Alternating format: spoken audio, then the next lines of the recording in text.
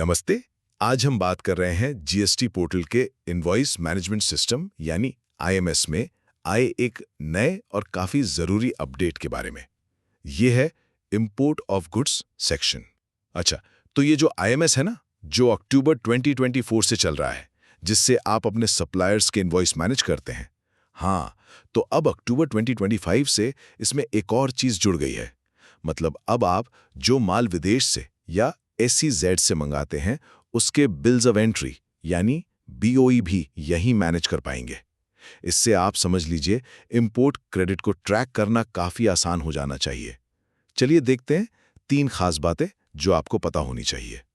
पहला, अब आप अपने इंपोर्ट BOE पोर्टल पर ही देख सकेंगे और हाँ, उन पर एक्सेप्ट या पेंडिंग का एक्शन भी ले पाएंगे।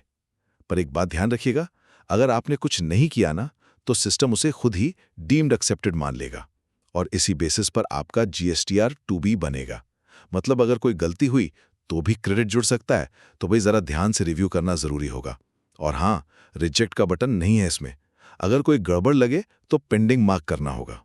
दूसरा, ये सेक्शन सिर्फ ओरिजिनल BOE ही नहीं दिखाता, बल्कि अगर उनमें कुछ बदलाव हुए हैं, मतलब अमेंडमेंट्स, जैसे मान लीजिए वैल्यू बदल गई, तो वो भी यहीं दिखेगा।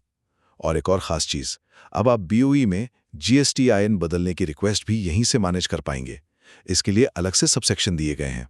तीसरा और सबसे जरूरी, देखिए, अगर किसी BOE में GSTIN बदला जाता है, मान लीजिए पुराने GSTIN G1 से नए G2 में, तो G1 को पहले लिया हुआ इनपुट टैक्स क्रेडिट ITC वापस करना होगा, उसे रिवर्स करना होगा।